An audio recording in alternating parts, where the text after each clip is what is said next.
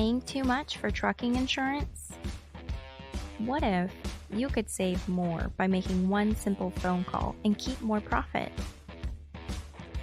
You could very well do just that with one simple call to Seabright Agency, 800-366-6466. Call now. With over 35 years in business, top shelf customer service, and innovative commercial insurance solutions, here's what our commercial trucking community says about Seabright. I haven't had a claim as of yet, but I would rate them at a 5 just based on customer service. How nice everyone is when I call with questions. Robbie. I am glad I made the switch. I saved roughly $450. A huge difference. Saving big with Seabright. Darlene. I have nothing but great things to say. Incredible answering my questions, helping me set up my policy, making sure everything is correct. Super friendly. Anthony. If you're a Swift transportation contractor, Contractor's Corner Consulting Group and Seabright have a special rate just for you. When you call, mention you are a Swift contractor and you are interested in the Contractor's Corner deal to save and keep more of your money in your pocket. Not a Swift contractor? No problem. Mention Contractor's Corner and let us show you the savings. We asked the Seabright team to help us help contractors save and keep more money. What they came up with exceeded by far what we thought was possible. Call now to see what you can save. Seabright Agency, 800-366-6466.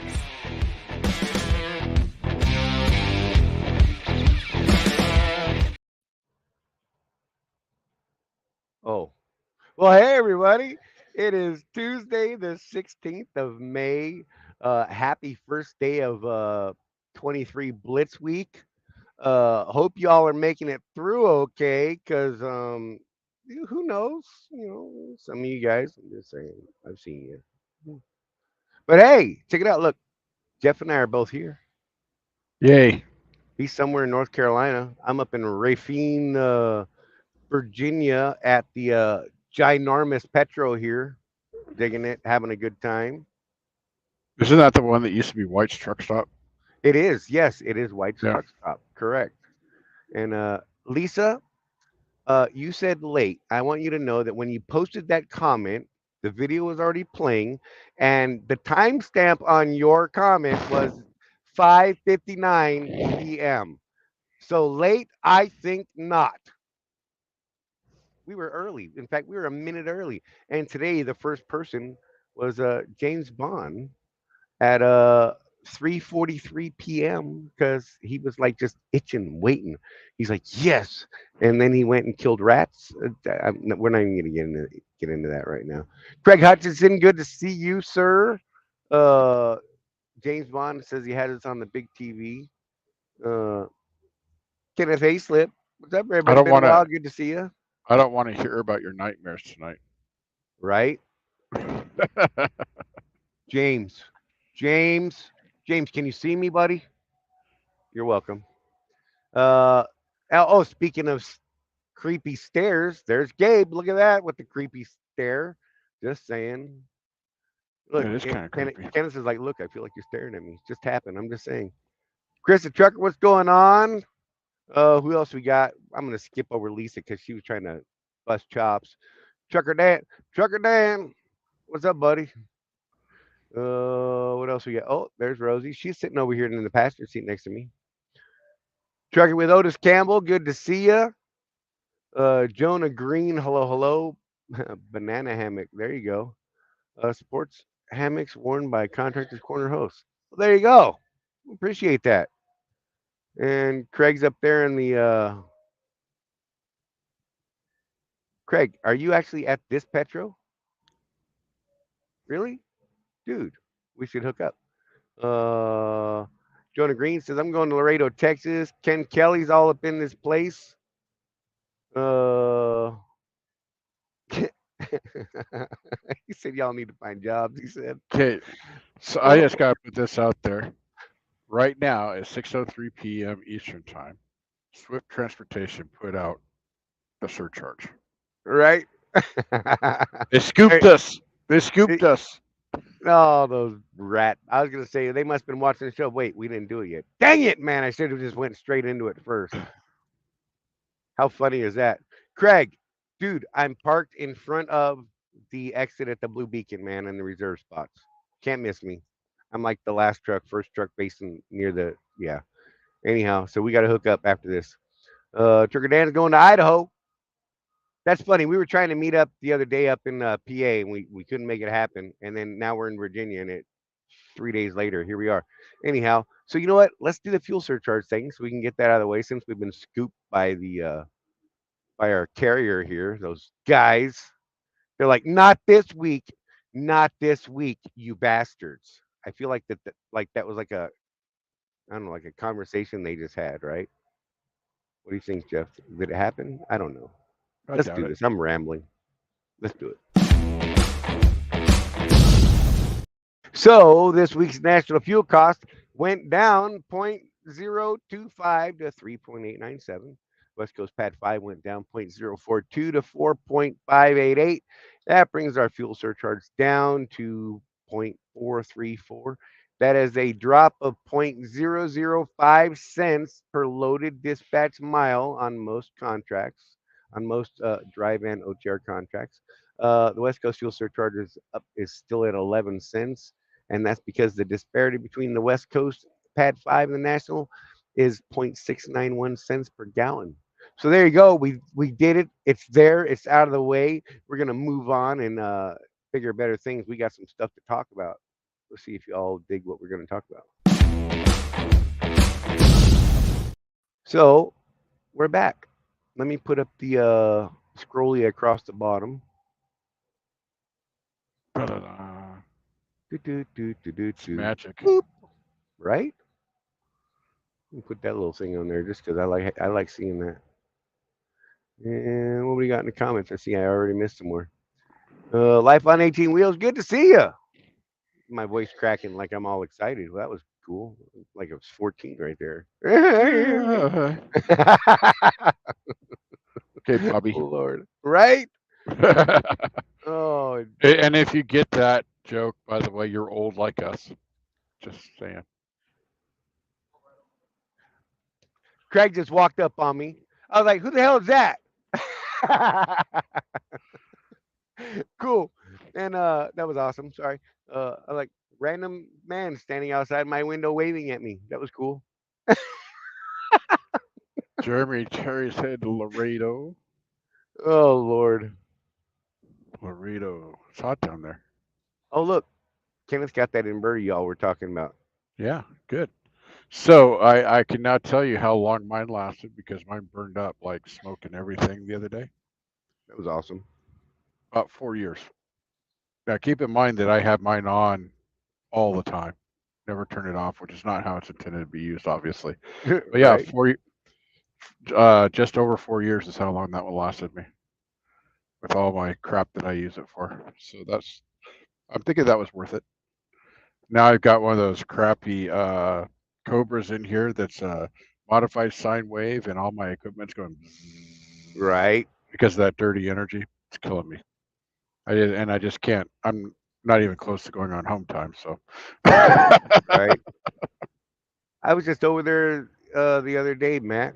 Just literally, we were just over there. In fact, yeah, went to a Walmart over by there or something like that. I think we were by there. I don't know. I was in PA. That's close enough. I could say it was close to Hershey. Whatever. Cool. So, we had some discussions pop up this week, which is one of my favorite topics. Now there's a disclosure that goes with this.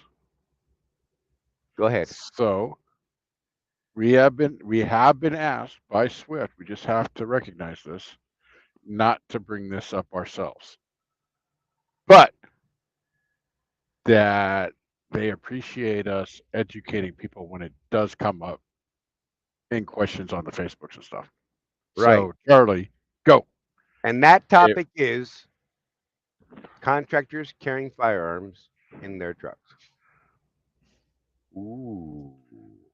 and there's You lots of can't do opinions. that, Charlie. That's Exactly. illegal. Right. The FMCSA and the federal government say you can't do that. You can't take firearms across state lines. SWIFT specifically says you cannot, as a contractor, carry a firearm in your truck. Yeah, the state lines thing, that's a great one. All those are false, utterly and absolutely false statements. I'll say that with 100% certainty.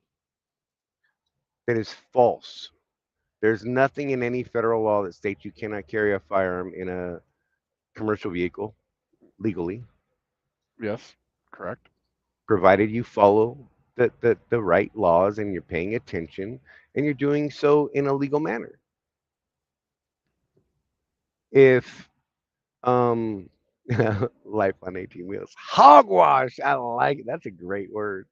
Chris the Trucker, guns, guns, guns. Oh Lord, here we go. And so if you guys have any opinions you'd like to throw up, by all means, please throw them up and we will dip into those and we will maybe educate some folks, hopefully. One thing I will say is that I recommend that you have a concealed carry permit from a state that has as many reciprocation agreements out there as possible. Uh, my personal permit is out of the state of Florida, so I'm the states I currently cannot go to are California, Oregon, and Washington, Illinois, Minnesota. Then you get over in the Northeast, and you got like Maryland and New York and New Jersey and a couple of those over there. So I just avoid that whole top corner, right?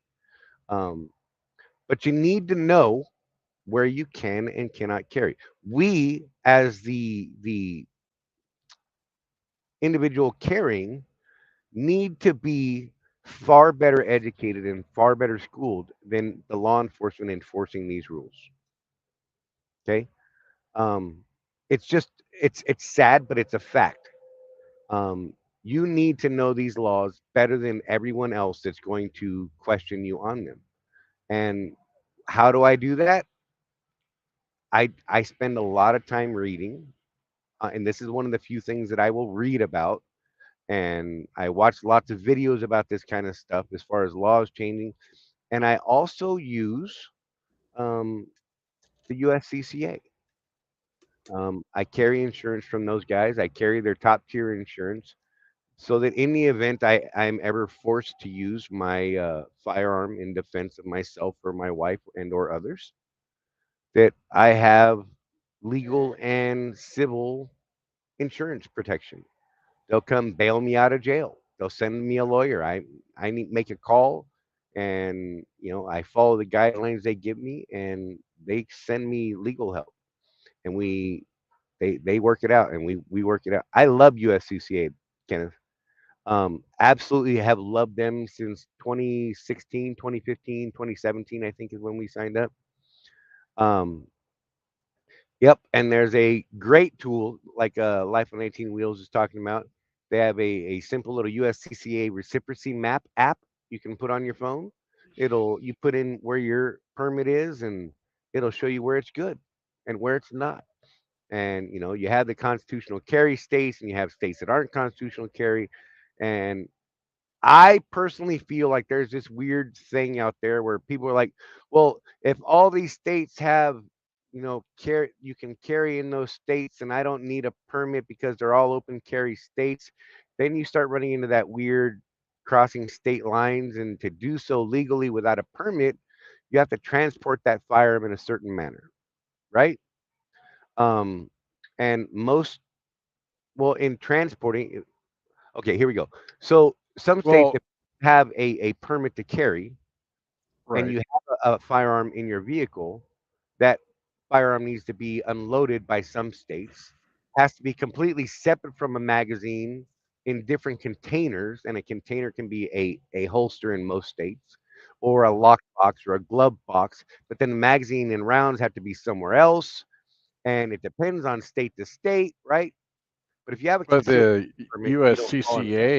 USCCA app actually tells you all that stuff jurisdiction by jurisdiction, right? Oh yeah, yeah. It breaks down as far as what you need, and the beautiful thing about it is, the laws that most of what they're touting and promoting is, the concealed carrying of a firearm, So that's where their focus is in the concealed carry side.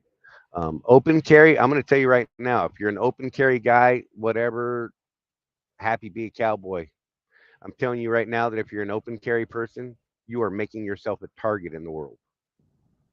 Because when bad guys do bad things and they have firearms and they're going to do bad things, I promise you they're looking for that guy in the restaurant who's got a pistol out on his hip open and exposed, because Yep. they're going to knock that guy out first. You're a Yep. target. Carrying concealed, if you're doing it right, nobody knows you have it, and that's the way it should be. So, if you're an open carry guy, power to you, whatever, man. Spin your little pistol around your finger and do what you're gonna do. I just don't think that's the safest bet, and I think that you're kind of putting a target on your head that you don't need to have. Um, and sorry, I'm going through the comments, but yeah, so you need to educate yourself. You need to find something, whether it's USCCA, whether it's the NRA, whether you're looking at any of these other association type things out there. I can personally tell you that in looking for the insurance, USCCA just met all of my needs and exceeded them by far. Kind of like the Seabright did with us for our truck insurance, right? Mhm. Wasn't a fan of the way the NRA insurance worked. It just, I don't know, man. I'm not a huge fan of the NRA. I don't hide Inferior. that. Yeah. I, So one of the things I was going to say, Charlie, is some of the misconceptions that people have.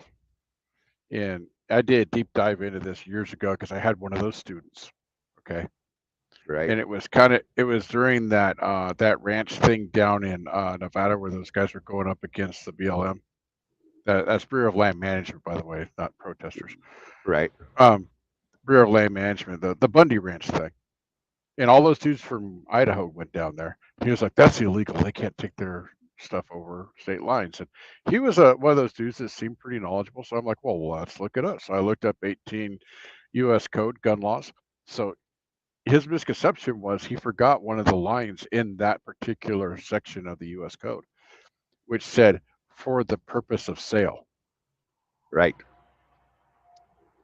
If you're doing it for purpose of sale, there's a whole different set of laws, and that's what a lot of people. That's where the misconception comes in. You can't do that.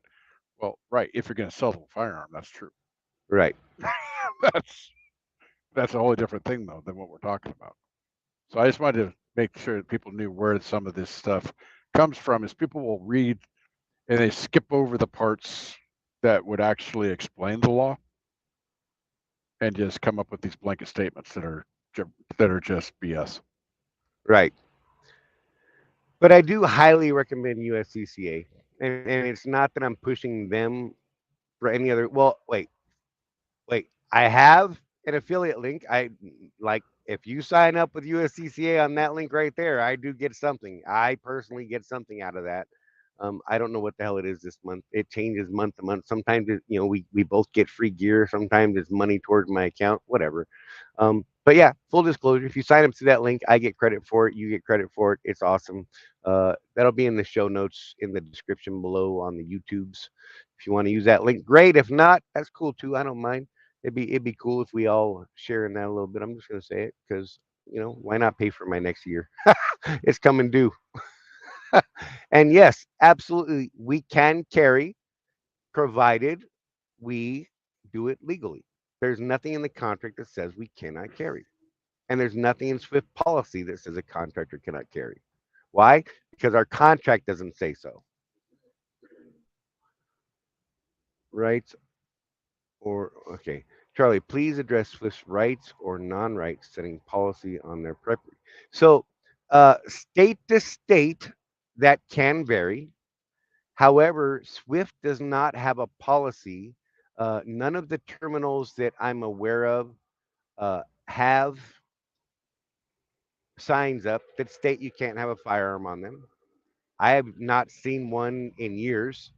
Uh, some years back, there was a real quiet campaign, and it was about the time that the contractor sued Schneider over them telling him he couldn't carry a firearm in his truck, with a lawsuit in which that he won, because his Mhm. argument was, well, if you tell me I can't have one in my personal truck that I pay for, then you must provide me and guarantee my safety.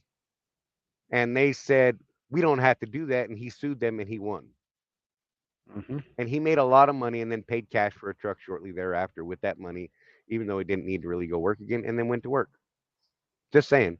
And so shortly after that, I don't know if it was associated or not. I just happen to know the time seems to be coincidental that all of the no firearm signs that you used to sometimes see, like around Phoenix and a couple other yards, quietly disappeared. They were simply gone. States like Arizona require that if they're going to tell you you can't have a firearm in your personal vehicle, then they have to provide you a place to lock it up. And Swift's not going to do that. So they're not going to deny you the ability to keep a firearm in your personal vehicle.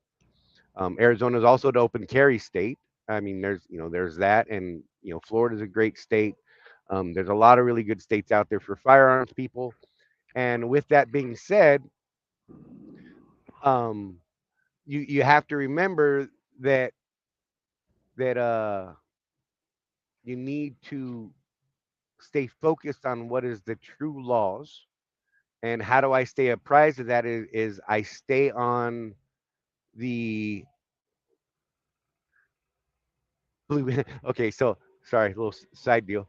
Blue Beacon just showed up. I had my truck washed earlier at Blue Beacon, and they actually walked out. Some of their bigwigs came out and said, we just want to take a look at the truck and see if it all came out good, because I was parked right at the end of their place, and they decided that it didn't look good enough.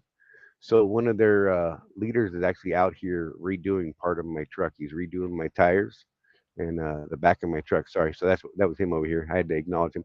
Anyhow, so I stay educated, in every way that I can. I look at different YouTube channels. There's many different sources for stuff like that. Look for credible sources, right? And the USCCA.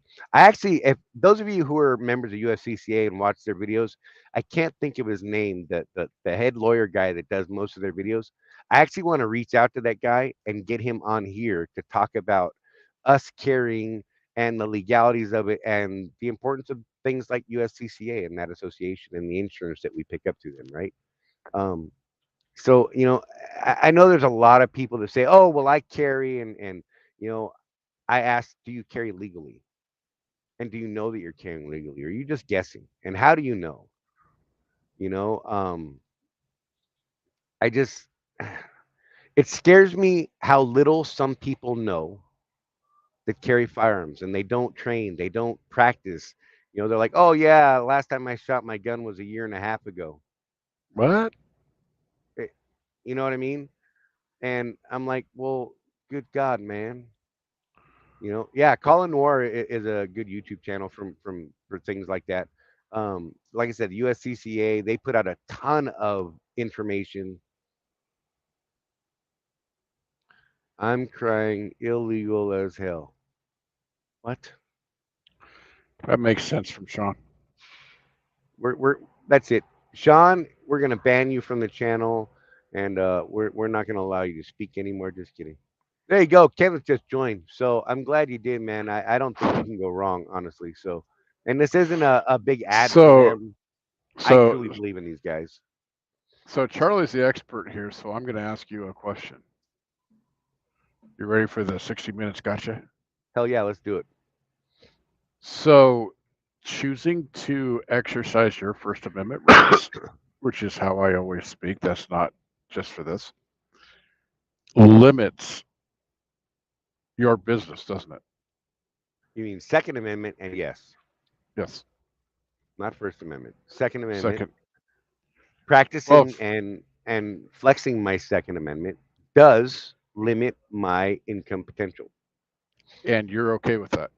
Absolutely, I understand the cost of it, and 100% I'm good with it. Even in this horrible, shitty market we've been in.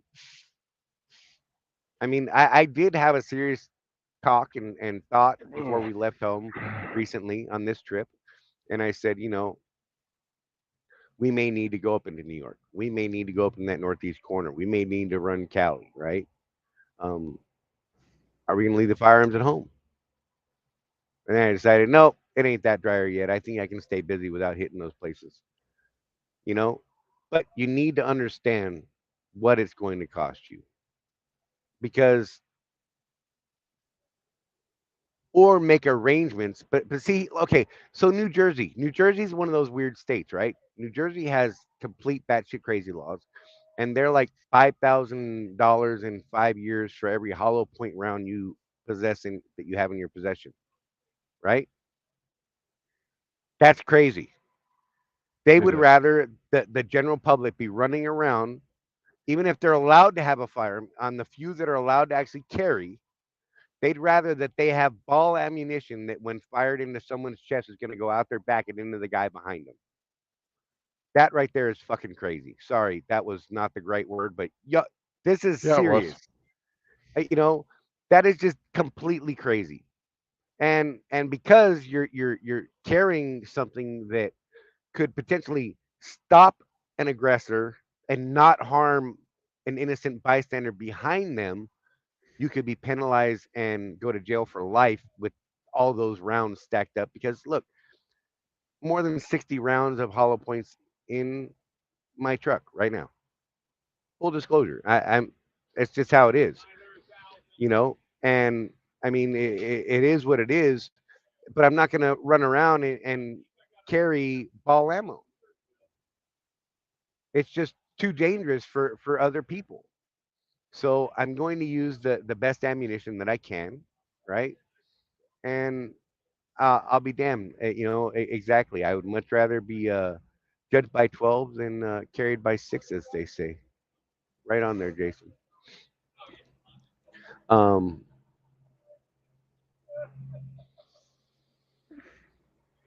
Hey, real quick. yeah, I just saw that.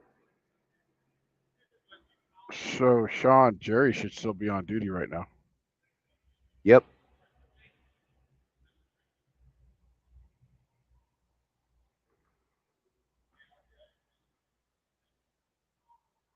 Load in jeopardy. So I would probably do a direct planner message and say just that. Load in jeopardy. Call me now, Call me please. now. That usually gets a response for me. Thanks, Ken. I appreciate that. I try not to So drop F bombs on here, so yeah. So yeah, I mean, I think it's a serious discussion that needs to happen more often. One of the things that disturbs me, Charlie knows me good enough to know what my philosophy is on gun ownership. I have actually moved my family to avoid owning a firearm. But at the same time, the Second Amendment says that if I ever feel I need one, I can go buy one. So I am a right, big Second Amendment guy. I just, different strokes, right? I would prefer to move my family. I've lived in, I grew up in everything in Portland, Oregon, and you know, you all saw the riots last summer or whatever. That was just the culmination of decades of decay in that city, and we moved several times as it got more and more dangerous until we actually just moved out to the sticks.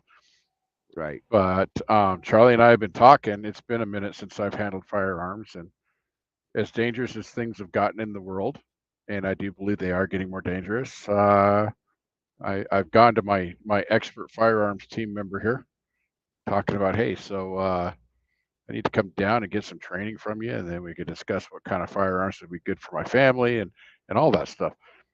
While the Second Amendment, and we probably shouldn't get too into this, but while the Second Amendment is still valid, Right, I mean, let's be right. real with what's going on right now. So yeah, I mean, I know that this turns a lot of people off, but think about it this way: you got someone that's actually moved to avoid owning firearms versus someone that's really into his firearms.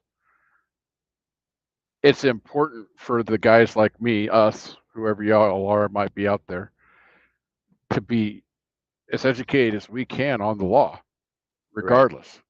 Because what ends up happening, I think, Charlie, is Excuse me. you're watching the evening news or you're listening to something on the radio, and you can be swayed because you don't know any Absolutely. better. Right. You think that, the talking head on the screen knows because they're an authority on something. Right. and you take their word without verification or research of your own. Yep. And it happens not in just this topic, but so many others. That student wanted to argue with me. I didn't really argue with him. I just simply looked up the U.S. code. Right. These days, it's just so easy, man. You just Google it. You don't even have to know that it's U.S. Code 18. You just say U.S. Code firearms regulation, and it pops up, and you can read it right there. It only takes about 10 minutes to read through the whole doggone thing, unless Right. you want to get into the weeds of precedent and what the different states do and all that. But that's a whole different lawyering thing. Right. But yeah, just I think everybody, whether you're a firearm owner or not, you need to know what these laws are. And I'm just gonna And say it, Charlie, because you know me. Stop making dumb statements like you can't take firearms across state lines because you obviously don't know. right. Right. You Or heard that? You you can't carry one in a commercial truck because you don't know why. because some dude at a truck stop told you that. Right. You know. All right. Um, all these old wives' tales, as they're known, right? The ghost Mm-hmm. stories, the truck stop lawyers, and this and that. Saying all these things that you can't do this, you can't do that, and when you ask them, all right, so how do I find that information? They're like, well, I just told you, stupid. I'm like, yeah. So where can I get it from? A source of authority and actual knowledge. Well, I just told you, stupid. Cite your source, sir. I don't even know what you mean. What does that mean? Exactly.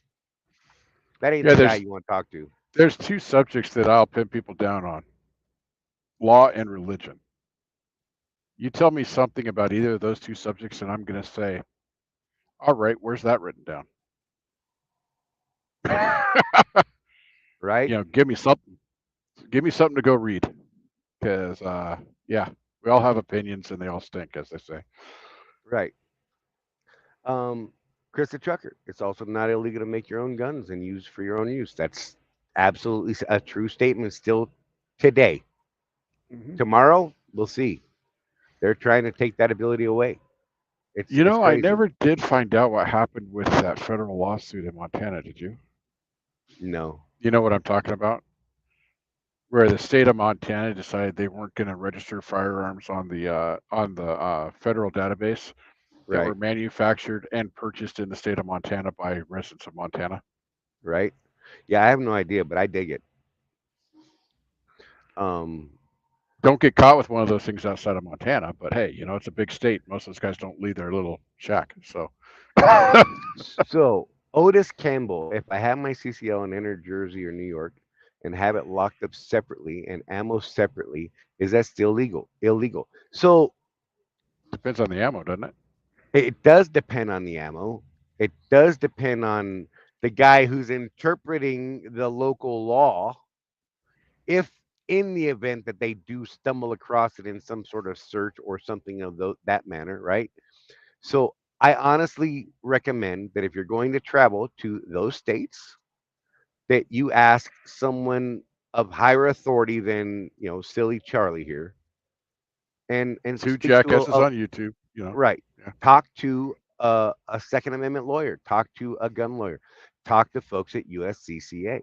You have access to those types of people through that organization. It's amazing, seriously. And like Ken talking about 80% polymers.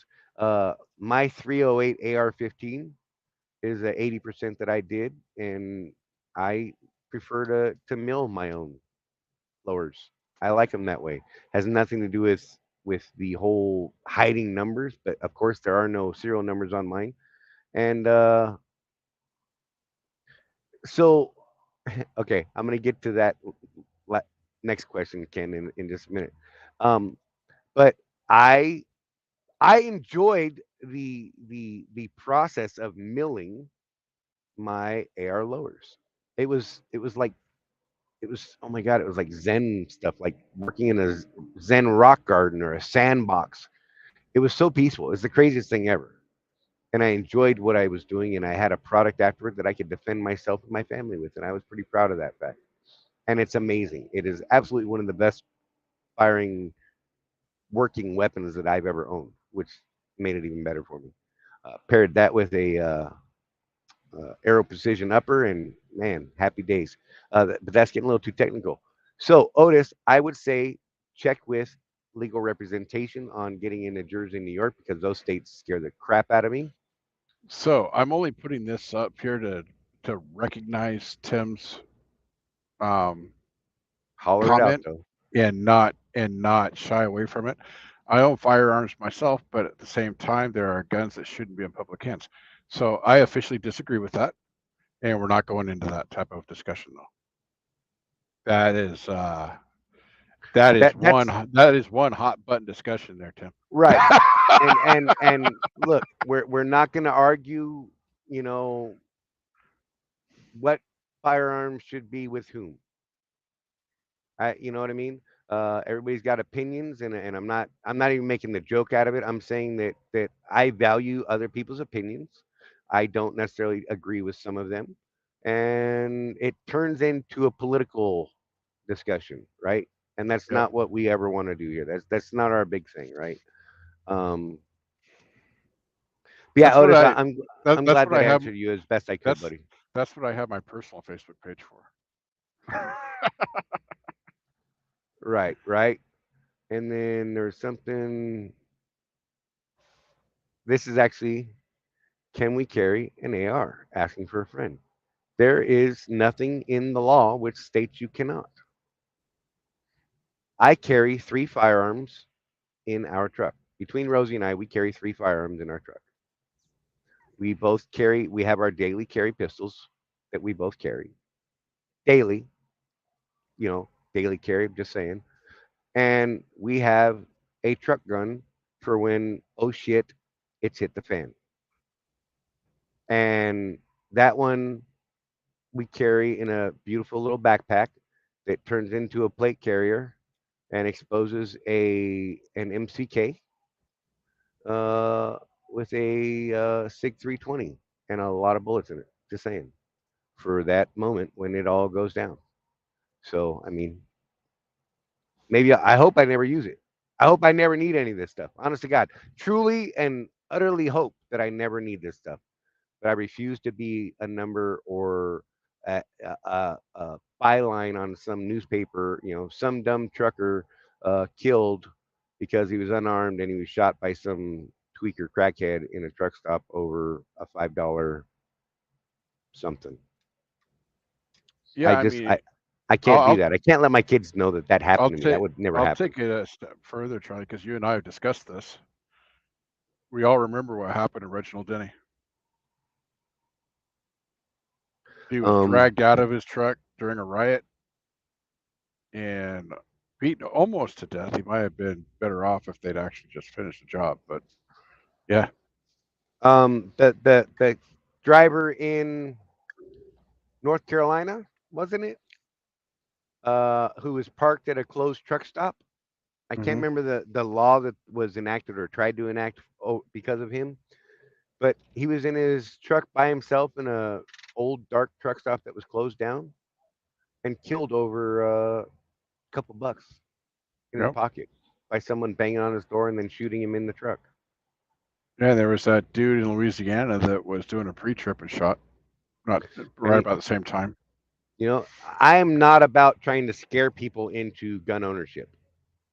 I'm simply stating, and I believe both of us and most of us are stating that we don't want to be statistics. We don't want to be victims. I am not a victim.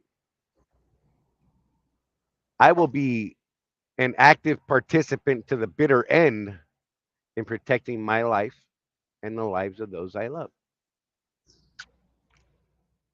That's just where I stand. It's not, I have no desire to draw and shoot and kill people and maim. That's not what I'm saying. I hope to God I never have to do it. Well, we've discussed that. So the things that Charlie and I talk about when we're driving down the road trying to stay awake, what is that a lot of this stuff, we kind of talk about, what ifs. And that Right. is definitely one of the big what ifs out here on the road by yourself, especially. You know, again, the thing that I would like to stress, though, um, based on some of the comments, is if you choose to carry, be aware of what it costs you, because there's states you're not going to want to go to with that firearm. Be aware of the laws so you don't get yourself in trouble. And for the love of Pete, get some training. Oh, absolutely. Train. You know, I was an expert marksman in the Army, but it's been a good decade since I've handled a firearm. So before I go buy any firearms, I'm going to go and get some refresher courses in. There's nothing worse than some jackass out there that goes in and says, I need a gun. And, well, when was the last time he fired one? Maybe never. Right. When the pandemic kicked off, right? My brother works at a gun counter in our town at a big box type store, Rural King. And the amount of people who were going in there with the checks that were being thrown around, like, Tic Tacs, they were spending them on guns in our community. It was crazy how many people were going out and buying guns. And these are first time gun owners and people who have never handled a firearm in their life. And the scariest part is he's not allowed to see someone who walks up to the counter and says, "Hey, I want to buy a gun." They pass the background check, right? And I'm a proponent for good, solid background checks and training. I have no problem with people being required to be trained. That's not a popular view to some, but I think you should absolutely have to prove proficiency with a firearm. Maybe you don't agree with that. That's fine. We don't have to agree on these things, but that's where I'm at. But people would come in there and say, I'm buying this gun. Can you show me how to use it? Yeah. At a gun counter. And he can't say, maybe you should go get training first, then come back and buy the gun. He's not allowed to do that. He is required to just sell it to him. As long as they don't say anything stupid like, I'm gonna go shoot me some this or that, right? And you'd be amazed at how many people come in and say stupid things like that, because he tells me the stories and it cracks me the hell up. I'm like, and he actually thought you were going to sell him the gun. Okay. Or I'm buying this gun for my friend because he can't buy one. Really? Did you just say it out loud? Because now I can't sell you that gun. Not only that, not only can my brother not sell him the gun, then he gets He's got put to on report it. he gets put on the list of the do not sell, and that's statewide. Yep. Can't purchase a firearm anywhere in the state from that down until he goes in and sorts that out with the state and the ATF. Good luck ever getting that off. So I mean, it's crazy. But my point was, you got the first time gun owners who have absolutely no clue what they're doing, buying guns. I mean, there was one lady that and it's not just because she was a lady that I'm telling you the story, but there was one lady. She's like, so where do I put the bullets?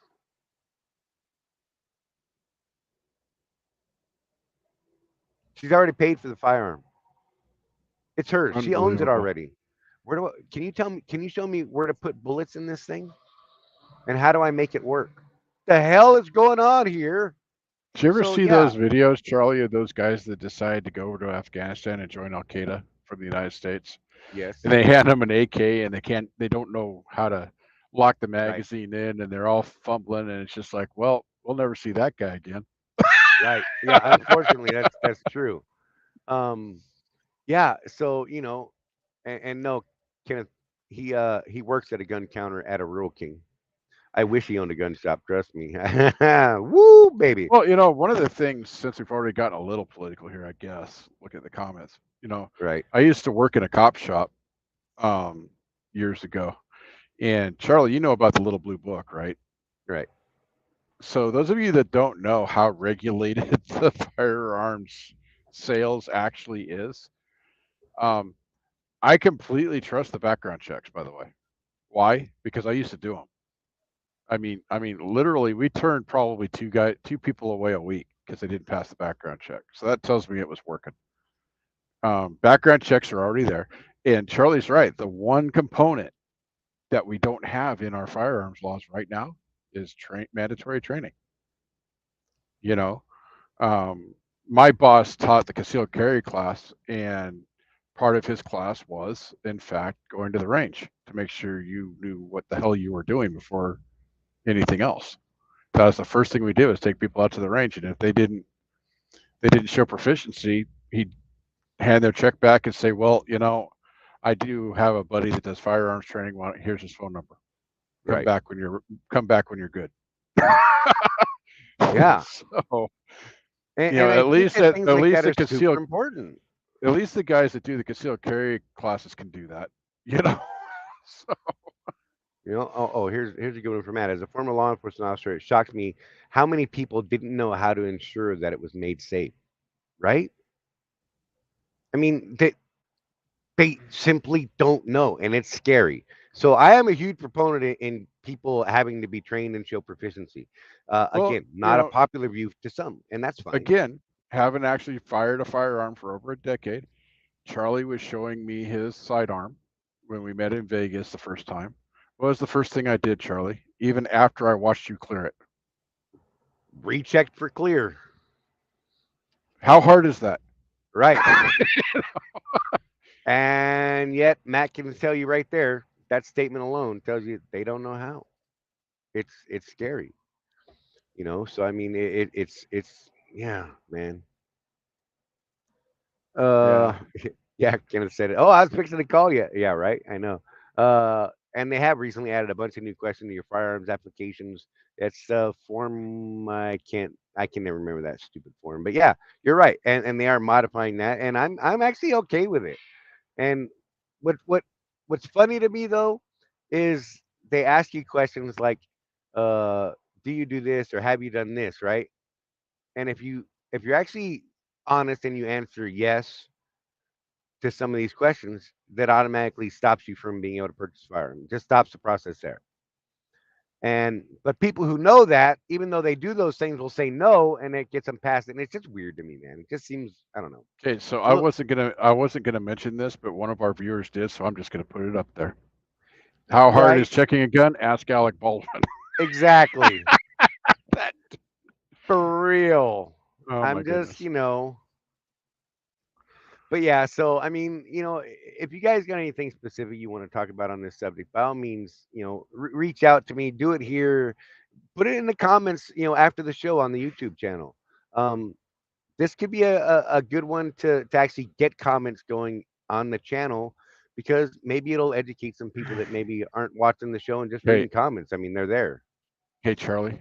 Yes, sir. Wi-Fi 19 Wheel says that's a loaded question. That's a loaded question. That's great. Oh, the dad jokes. I love them. Oh man, you don't know. We live on So, these things.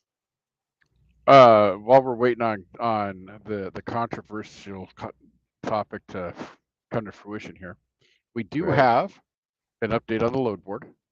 Yes. I did not attend the meeting because I was driving, but Charlie did. So what did you learn today? So we had problems over the last week and a half or so where guys couldn't actually book loads. It was broken, and it had something to do with an update in their AS400 system that broke everything. Even though they're like, absolutely will not hurt anything and it'll be fine. Broke it. Absolutely did. Yeah, Yep. broke it, shattered it, smashed it, crushed it, turned it into dust. So we haven't been able to actually book loads on the load board itself. That has now been fixed and updated today.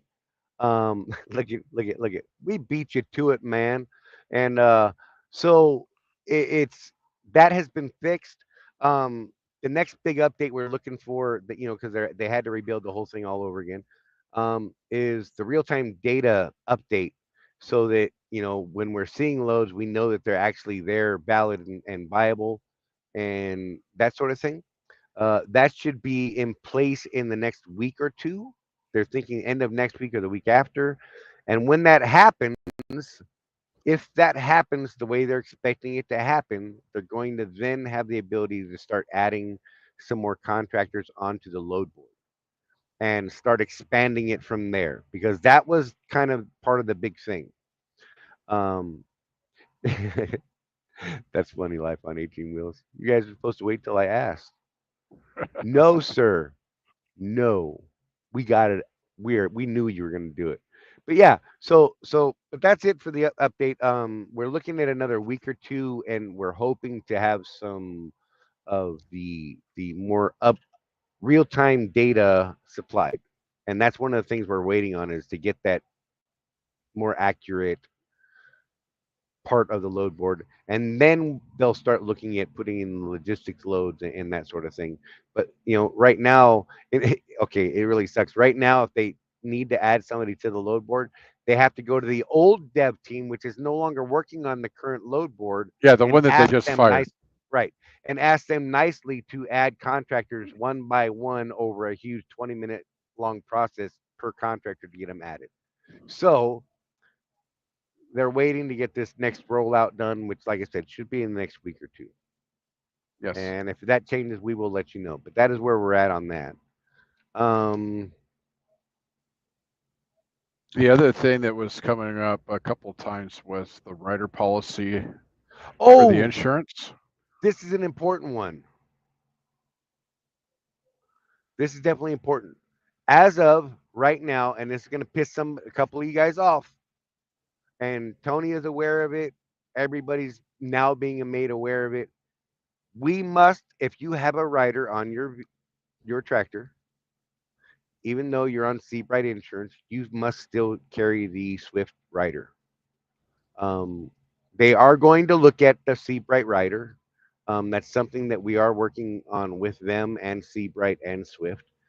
It's going to be a couple weeks before anything comes of that at all. So as of right now, if you have a non-driving rider on your truck and you're utilizing the Seabright rider policy, you need to switch it over if you haven't already. If you haven't already been forced to the Swift rider policy at $28 a month, whatever it is. I know it sucks, but they're within their legal right to do so because you're operating under their DOT number. Unfortunately, I mean, if you got your own DOT number and you're pulling some freight for them, that's different.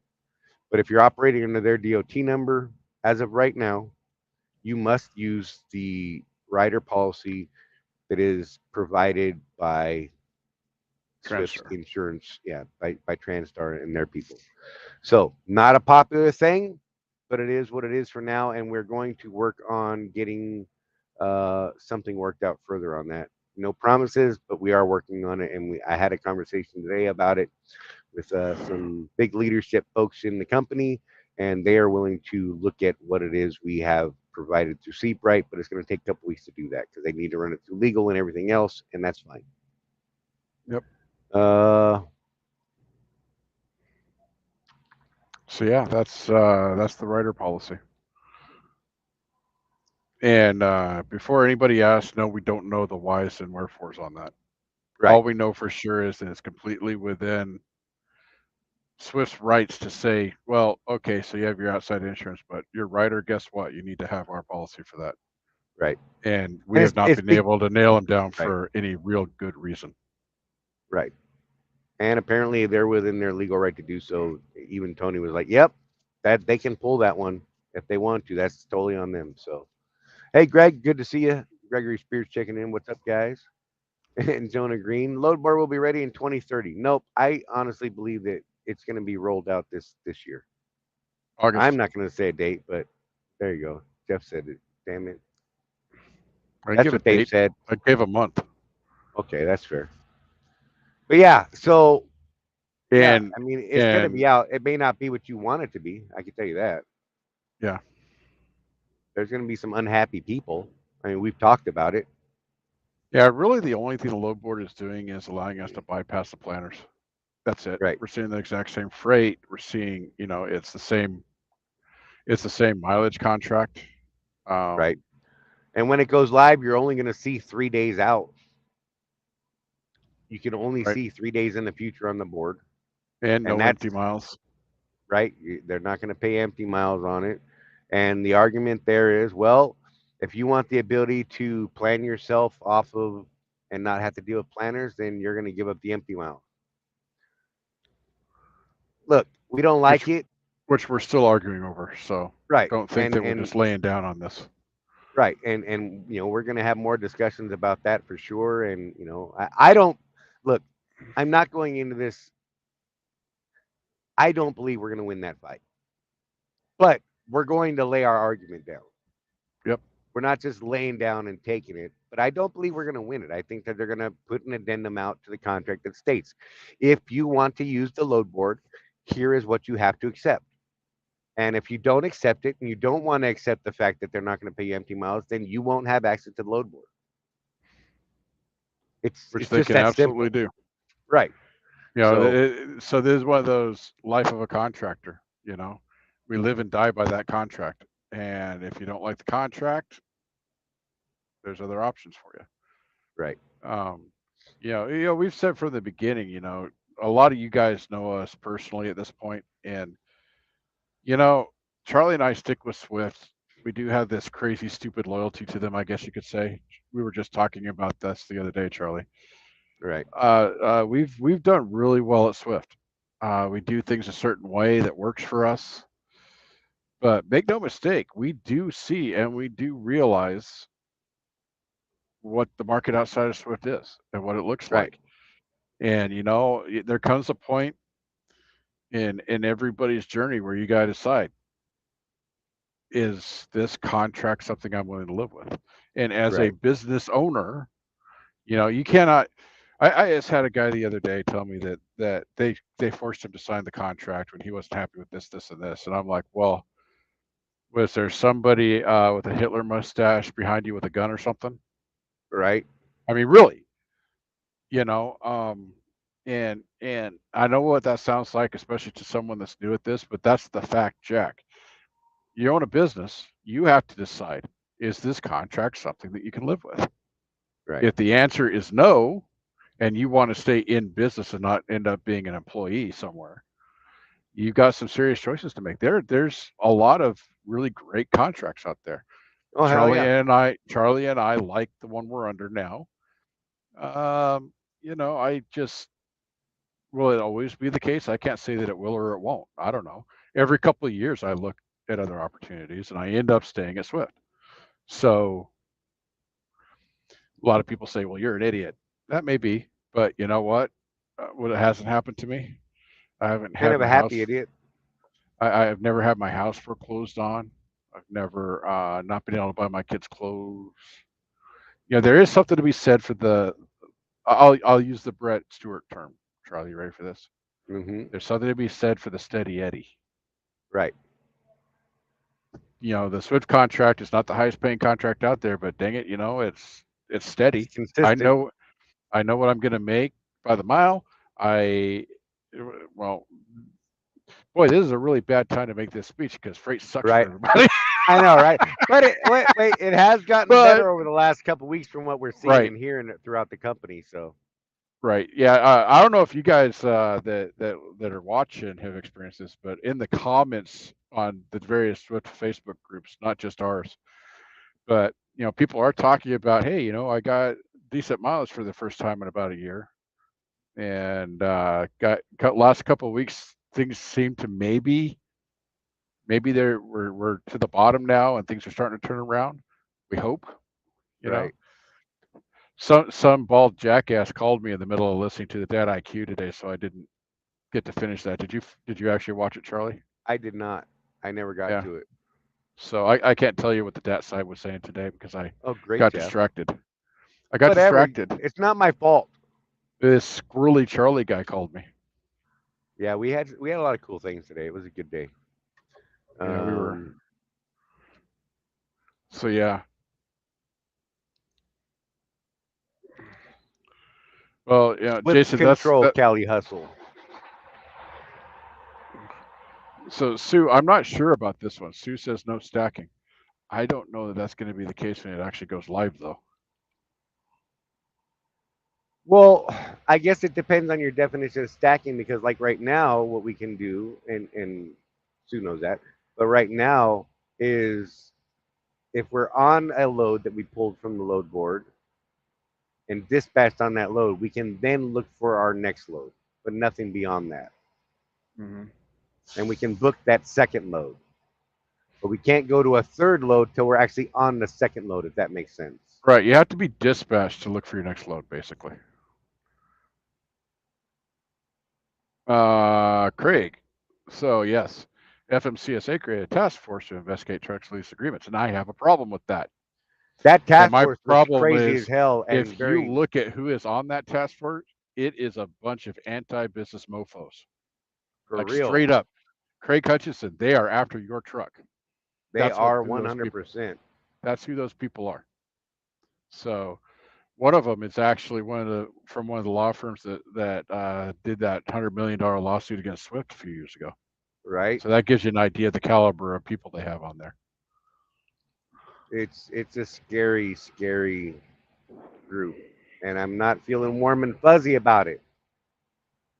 So yeah, I mean, So Callie Hustle says negative, sir, to James, because James said we're getting a better rate in the spot market right now. Yes and no. You're both right. It depends. take that, smarty pants. Well, it depends on what market you're in, Right. what lane you're in, what's going on there. The average. This part I did catch. So the average spot market this week, nationwide, according to DAT, for dry van, is $1.63 a mile. No fuel. Now, that does not account for any fuel, but those of you that have worked the spot market know how that works. You have to negotiate that. So you might get what we get for a fuel surcharge. You might get nothing. Depends on how good at negotiating you are. So let's make the numbers easy. Let's say you're on ERF, because those numbers look better, and I want to cheat a little bit. There you So $1.20 plus 43 cents is $1.63. Look at that. That's with fuel. So that's with fuel. But Charlie, people don't understand this, and it drives me nuts. I know it drives you nuts too. When you're looking at a load on the DAT load board, and it gives you that rate, that's without fuel. That's correct. But you have to negotiate that with every load. There's no set fuel surcharge like what we have. Right.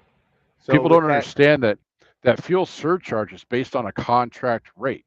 When you're out there hustling with brokers, that's not a long-term contract. So there's guys, I'm sure, that kill it.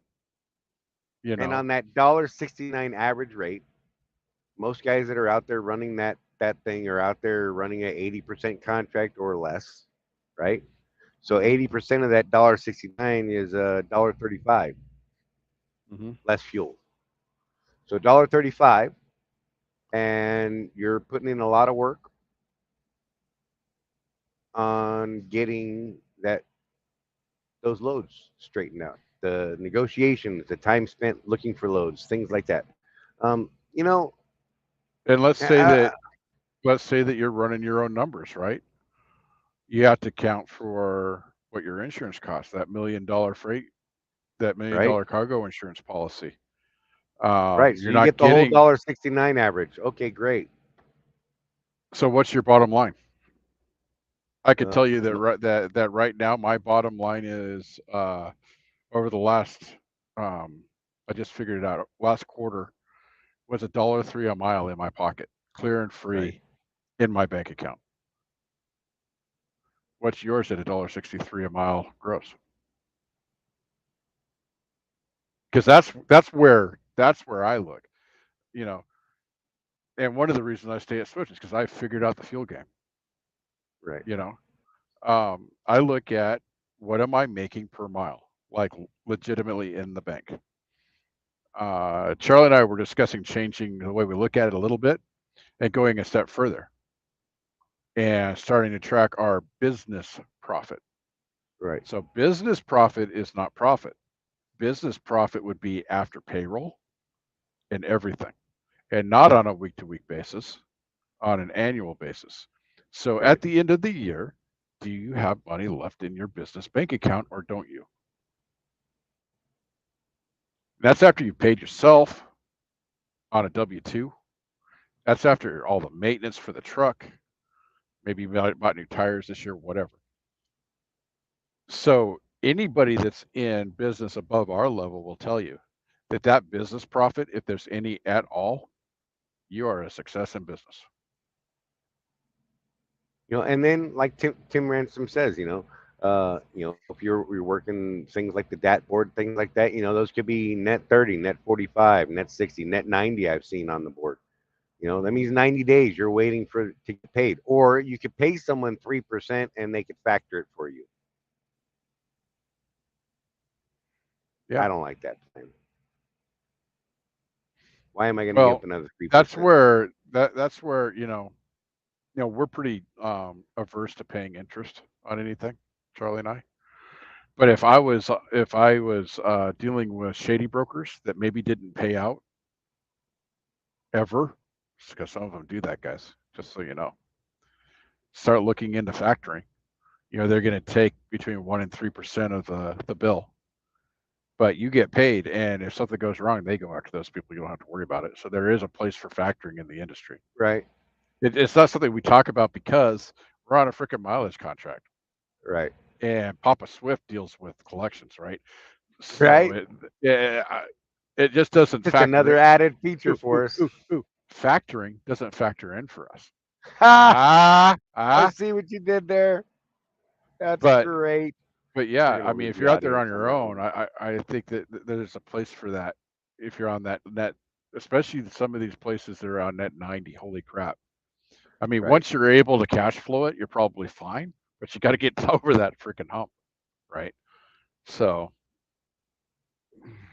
Yeah, and that's exactly, I have personally never dealt with this factoring stuff. Oh no. And I think I'm still here because I just knocked yeah, there we are. Anyhow, I totally lost my whole screen. I've never dealt with factoring myself, but I have talked to a lot of people that have used those types of services, and yeah, it's like a whole headache in and of itself. I mean, it's just another step in the process and something else you got to do. I mean, whatever. Mm-hmm. Hey, if you want to add that to your costs, your expenses, hey, power to you. It's just another expense if you ask me, though. Well, it's like we're always saying, run your business. If that makes sense, numbers make sense. Yes, then it makes sense to you. For us at Swift on a mileage contract, no reason to do it at all. Yeah, if you're running your own numbers, by all means, do what makes sense, and like I said, running those numbers. I mean, it's a thing. You need to make sure the numbers add up. With us on our carrier, we don't have to worry about that sort of thing, and I kind of like it. Yeah, life on 18 wheels is a double-edged sword, of course. And Jason said factoring companies will make you pay back if they don't get paid, but they will also go after the broker's fund first. So, I mean, yeah. So if they lose that, ultimately, you could be on the hook for it, and that would suck in the end. Mm-hmm. I think that's kind of shady myself because that's why you're paying them. You know what I mean? Mm-hmm. You're paying them that percentage. You're basically paying them to take over the risk. Yeah. Right. And if that risk, if they're just putting it back on you in the end, I think that's pretty crappy. I'm just saying, better know your customers. So yeah, but hey, if you guys got anything else you want to throw up at us, I mean, by all means, throw it up and we will talk about it. Oh, there you go. Sue said that when she was doing it, she did half cash flow and half factoring. Mm-hmm. So yeah, but Sue, you and double accounting, right? You used it when you saw that it was a benefit to your business overall, and did not take that expense when you didn't need to, right? It's almost like Sue ran a business or some shit, right? Oh yeah, that's right. She did.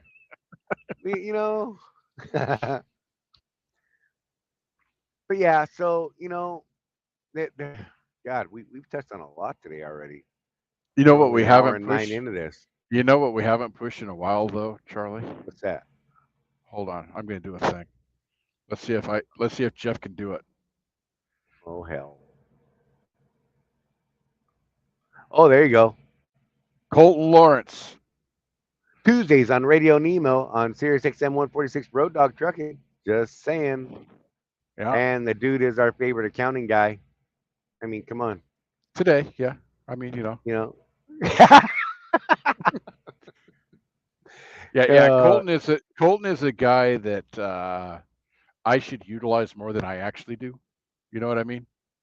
Right. Because he's a busy guy, but anytime I've had like a question on something that I'm fuzzy on, I send him a text and he gets back to me within a few hours usually.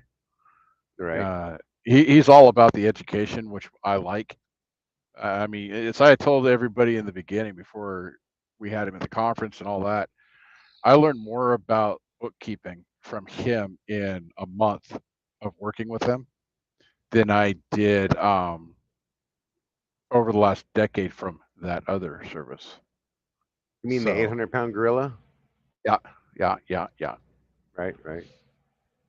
I And love and seeing that. and Colton too, man. So you want to talk about someone that could truly help your business?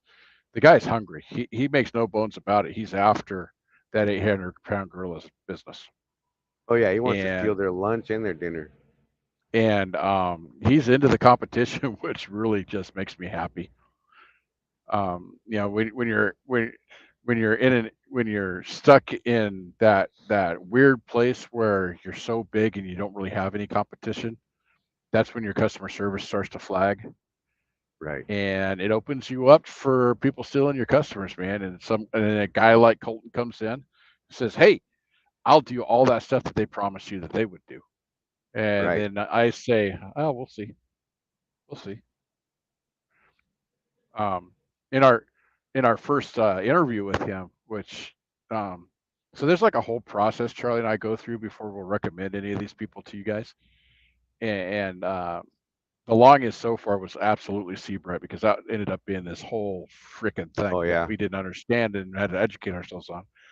But I told Colton straight up in our initial interview with him. I said, "Okay, I'm going to sign up for your service, and if what you're telling me is true, then we'll have you on the show."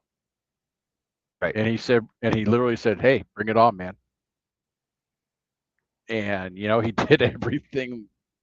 And I've talked to some other dudes, some other people, um, in our Contractors Corner community that have decided to go with him. And I've asked them, "So how were you treated?" Same way I was treated. So you always wonder when you're like, "Yeah, I could promote your business if you're getting the special treatment, right, Charlie?"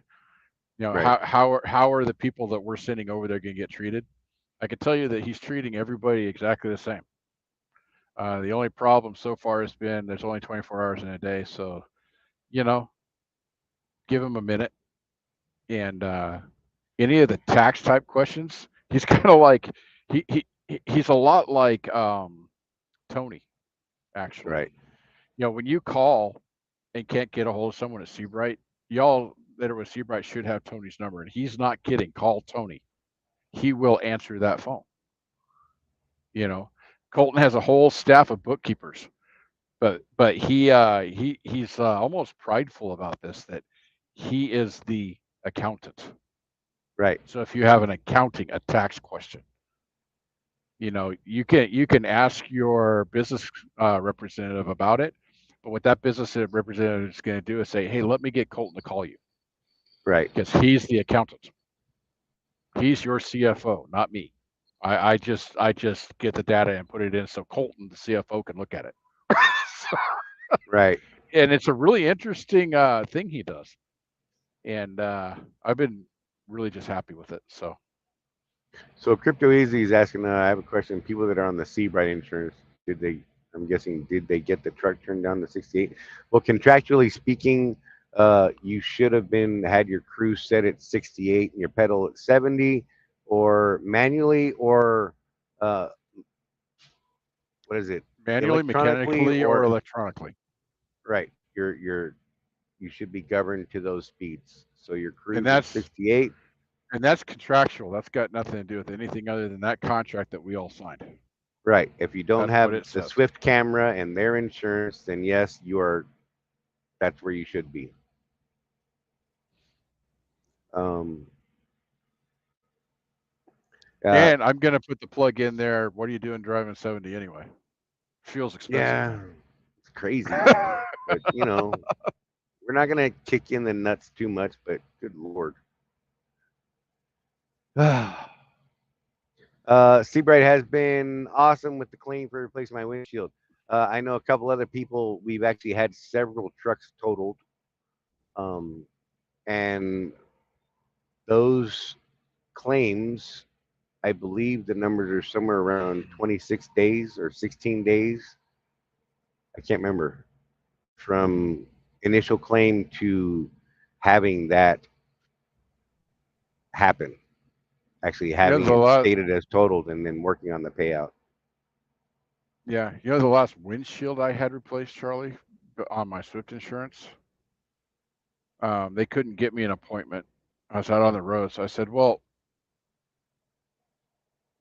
let me see where I'm at tomorrow. So for 2 weeks, I tried to get my windshield replaced. And I finally just said, to hell with it. I'm going home anyway. I'll call you when I get home. I mean, unbelievable. Right. See, look, Gregory Spears, 62 at 1100 RPM, the sweet spot on his truck. Look at this, 9 miles per gallon. That's what I like seeing. So I'm going to take a guess. That's in a Kenworth, right? Greg, is that in a Kenworth? I think it's a Freightliner. I think it's Kenworth.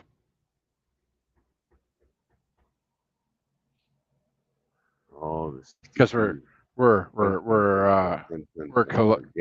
trying to get a read on because the Freightliners and the Kenworths are geared a little slightly differently. Right. The 62 at 1100, I think, is the telltale there. Yeah. On my 16 Freightliner at 60, I'm just barely a hair above 1100 RPMs, and that's where it likes to run. So, it's. Ta-da! Okay. What year? I'm interested to know what year now. Nice. Because I'm wondering, like yours is like that, right, Charlie? When you were experimenting around with the RPMs on yours. Yours was a little higher, a little lower than mine, geared a little lower. Right. I can't remember what the numbers were off the top of my head. I'd have to get out there and run it again and compare. Yeah. I don't know if you guys saw that post I made on the Facebook group probably about a week or two ago. 2018 new body. Okay. So 2 years newer than mine. But there's these guys that are running this Volvo and getting 10 miles to the gallon out of that thing. Like real numbers. Like they showed all of their charts and everything. It was freaking amazing. And they're not specifically worried about speed. No, but what they are doing is, so the Volvos have that thing where they can remote tune them over the ether, and they're actually working with the Volvo engineers, and they're tuning that truck continually based on what they need to do with that load. It's a really interesting project, but they're getting legitimately their average their average gross weight is about 65,000 pounds. So right there in the middle of not terribly heavy, but definitely not light. Right. And there was a weird thing about their transmission too. At any given speed, they have three gears that they can work with it within any given speed. So that's not something that I've heard of on any of the other trucks. Right. I thought that was really interesting. So they're definitely playing with that mechanical advantage and tuning the engine is what they're doing. So pretty interesting to see more from that guy. Jason Katz, but the Volvo is purple. Yeah, I think they did that on purpose for PR. But it's an interesting project, and the guy's like, so I'm going to share it was on one of Rutherford's pages is where it showed up, and he's like, so I'm going to show all the charts and all the data this time because people keep calling me a liar. and dude, you look at his spreadsheets and everything that he put up, and it'll make your eyes cross, Charlie. Oh, for real. They got, man, they're doing some work. I don't know if it's the same guy, but remember years ago there was that dude that used to call in on Rutherford's show every once in a while. And dude, he would spend thousands of dollars on a modification just to see if it would pick up like a tenth of a mile per gallon, Right. like thousands. He was really this dude was really into. He didn't care what it cost. He wanted to see how much fuel mileage he could get out of this truck of his. And Right. he got his truck. I can't remember what it was. I think it was a Peterbilt. It wasn't a long nose or anything. It was one of the aerodynamic trucks. But he got that thing up to like 9.5, like 5-6 years ago. Right. And remember, that was back when Rutherford himself, if you said you got 80, he'd call you a liar. You know? Right. Because nobody got that. Yeah, life on 18 wheels right there. Rolls are amazing until they break down. Parts are expensive. Here's the trade-off. If you could get them. So, Right. know, my entire career, which is only 15 years long, going on 16 now, my company trucks were all Volvos when I was a company driver, and I really liked those trucks. Yeah. But I did notice that when they did break down, first of all, and they still have this problem at Volvo, as far as I know, their distribution network for parts is awful. Like even before the pandemic and all this shortage stuff, it would take you 3 weeks to get a bolt. You know?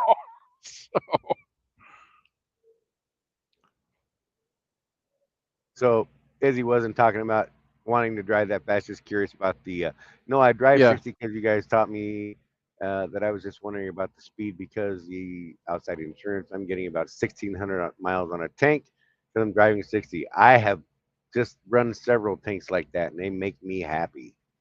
Yeah. Good God. Yeah, I love and getting 1,600 miles the out of a tank. answer is that in the contract, in the ICOA itself, it stipulates what we have to have our trucks covered at if we're going to run under their authority.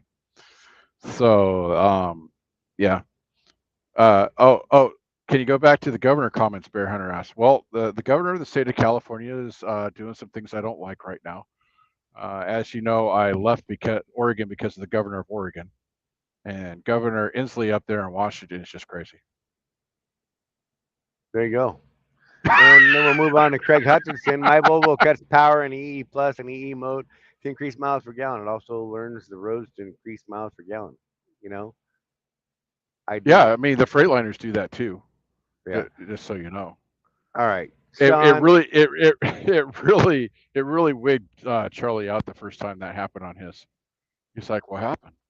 I'm like, "Oh, Right. it's saving you fuel." And right. he's like, "What do you mean?" I said, "Yeah, it'll like totally go into neutral and stuff." It freaks me out, man. Just saying. I was like, what the heck? So, Sean, here we go. We agree to have our trucks mechanically, electronically, or manually governed at 68 in cruise control, 70 on the pedal. We agreed to operate under those speeds. The excessive speed number, I believe it's excessive, is considered 74 miles per hour the last time I checked. And anything in excess of that can get you into serious trouble if they realize you're doing it. And so that is what it is. Mm-hmm. And I will do my best, Sean. So, yeah. Do we miss anything? So I'm interested to know if anybody's out there and hasn't, maybe you're shy or something like that, that's not at Swift and is watching us, and maybe you're out there running the spot market. How are things looking for you guys? Seriously. I'm watching the like you probably heard us say, we watch the DAT IQ every week, and we're watching rates go down. It looks like the freight volume on van went down a little bit this week, not by much, by like 0.02 or something like that. But they're also seeing more and more authorities being canceled. So I did catch that much of the show today that they're starting to see that, like we were talking about last week, where capacity is going down, but demand is staying steady. So it's kind of doing this thing, where they're going to meet in the middle. That's what needs to happen. That's where we need it to go so that we get more freight. Because on our contract, mileage is king because we're paid by the mile. I'm really interested in how that spot market's really going in the real world for you guys. Experience, man. I'd like to hear some experiences. Right. So if any of you out there that are out there working the spot market, whether it's through a carrier or whatever, or you're running your own numbers, man, by all means, chime in. Let us know how things are going for you. Um, Mm-hmm. you know, a lot of what we talk about is specifically about the carrier we're contracted to, and but we need to share more information in a broader audiences. What we're trying to do. So by all means, Yeah.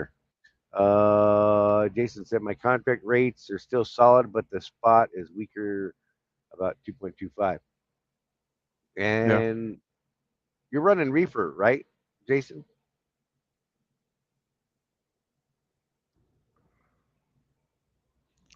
Yeah, one of the things, so those of you that are maybe newer to the industry or don't know what we're talking about, spot market is basically you're going out there and grabbing freight from brokers, things like that.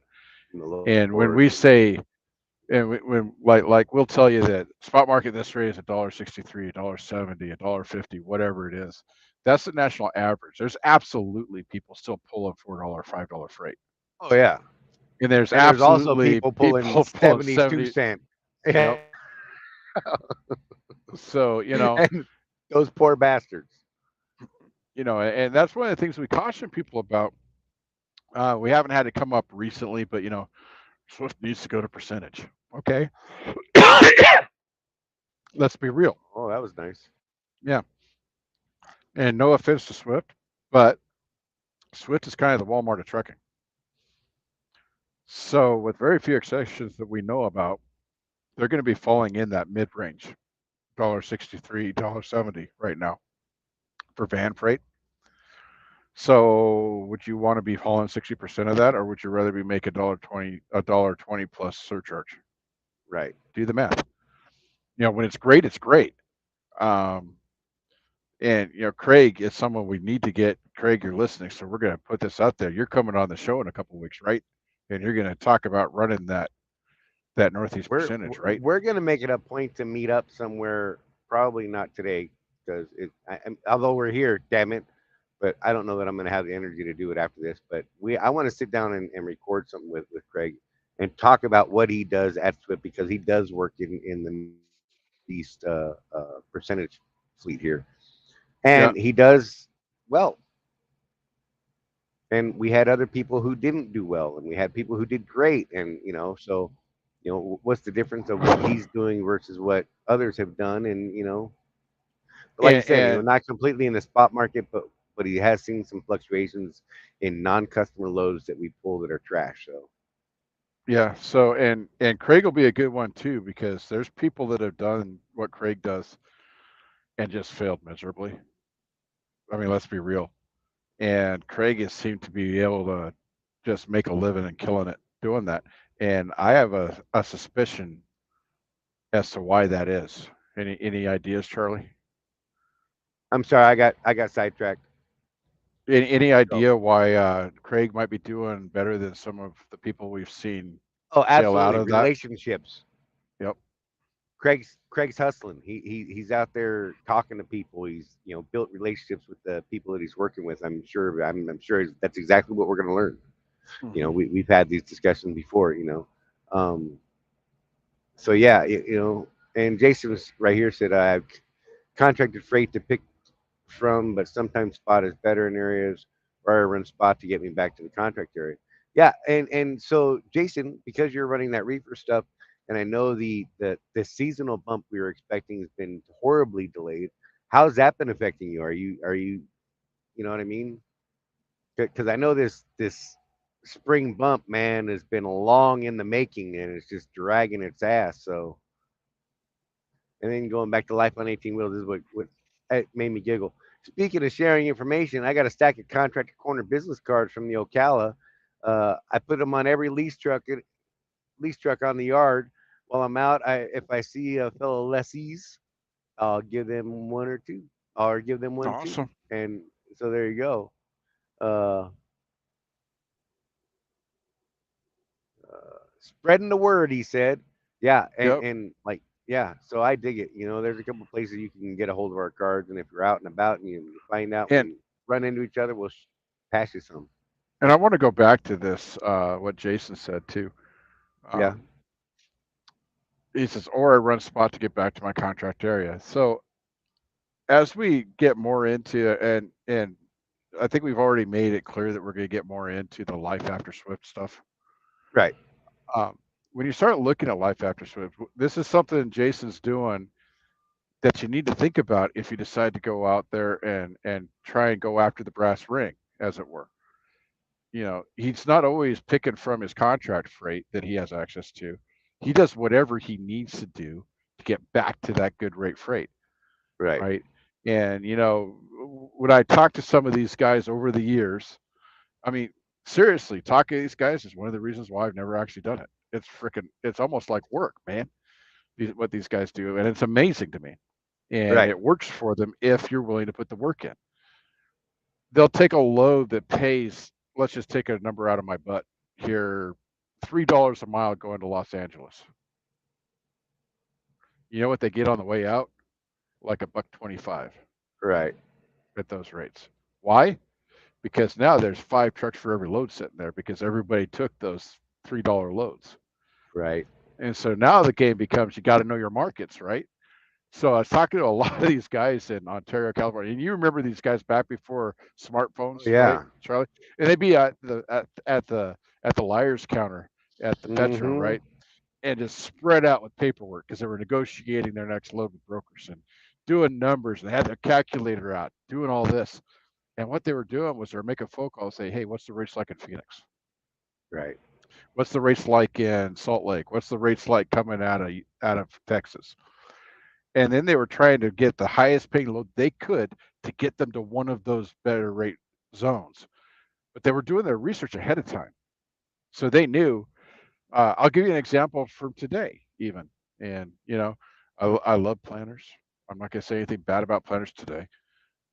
But so where I'm delivering tomorrow in Raleigh, North Carolina, the only thing on the load board at all was going up to Maine for like the next 4 days. Every Right. single load, Maine, Maine, Maine, Maine, Maine.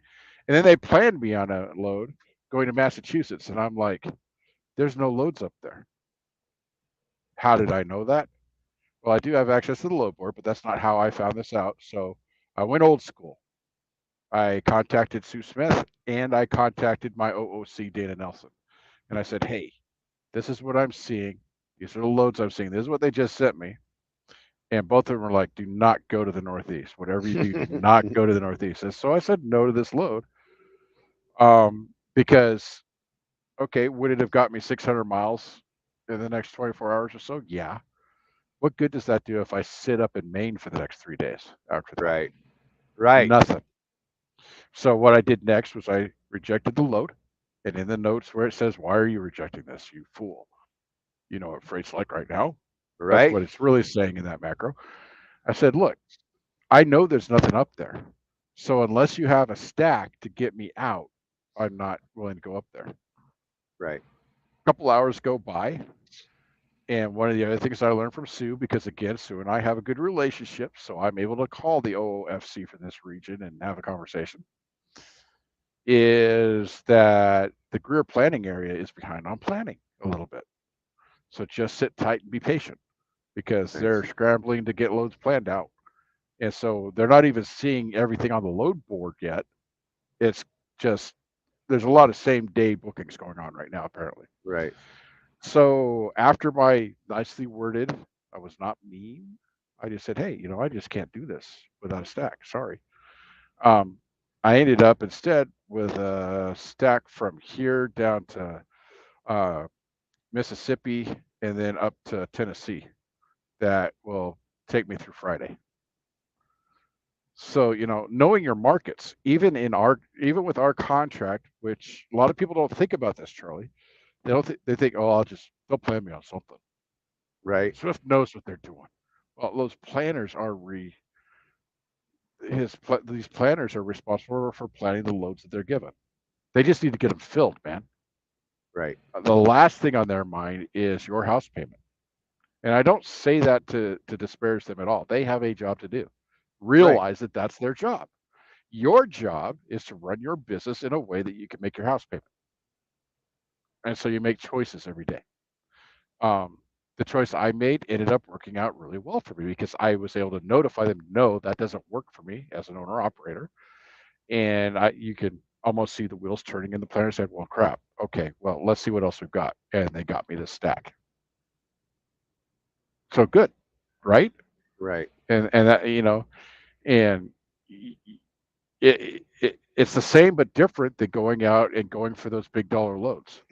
The skills that you learn here at Swift, if your end goal is to go out there and and be adjacent caps, the skills you learn here will carry over.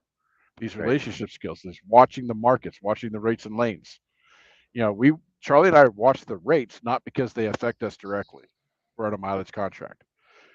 What we're looking at is those rates go up, down, up, down. That gives us an indicator on what the market's doing. When might we see our way out of this thing so that we start moving again? All this stuff. Kevin Rutherford used to call it doing the hard work when he had his XM show. Like Jason Doing the said hard here, work. Cali hurt losing 70% of the strawberry produce, but you have to turn to more citrus or outside the box rate like liquids, and like in Craig said, it's tight in the Northeast in certain states. I can tell you that, I got to Jonestown the other day on Friday, I think it was. Yeah, Friday. And I got contacted Saturday sometime by a really excited planner named William. Can't think of his last name. I mean, guy was nice enough. And he simply asked me, hey, would you mind running this really bad local load for me? And then I got another load for you on Monday. Again, it's not till Monday. I know that sucks, but I don't, if I have something that pops up sooner, I can put it on you if I get it, but I just don't think it's going to happen. He was just being honest with me, man. He's like, but I have this load on the yard that he's like, I'm to my neck in T calls on our yard that are like 20 miles away. I need to get them delivered somehow, whatever. And I think I broke his brain because I just said, yeah, I'll do it without even talking about it. I'm like, yeah, man, I'll do it, whatever. Yeah, I know. But look, I was actually happy to do it, honest to God. Now, what I should have said was, well, I could, but maybe you could put something on it. And yeah, Podgayski. I didn't I Podgayski guy. I don't know how to say his name, and it's I don't want to pick on him. His last name is hurting my brain. I know. You see, it's William. We'll just call him William. William. Yeah, we're calling him William. And that guy was like super nice and super friendly, and I thought maybe he might throw something on that local run. It was a 16-mile load that it was a live unload, so it took me a couple hours over there. But he didn't, and that's fine. I didn't ask for it, so I didn't. Well, it's not Thursday yet, so you don't know. Right, and I thought it'd be nice. But that's fine. We'll see. But I did it because I knew they needed it done. So why not just do it, man? One quick load. It was 16 miles away.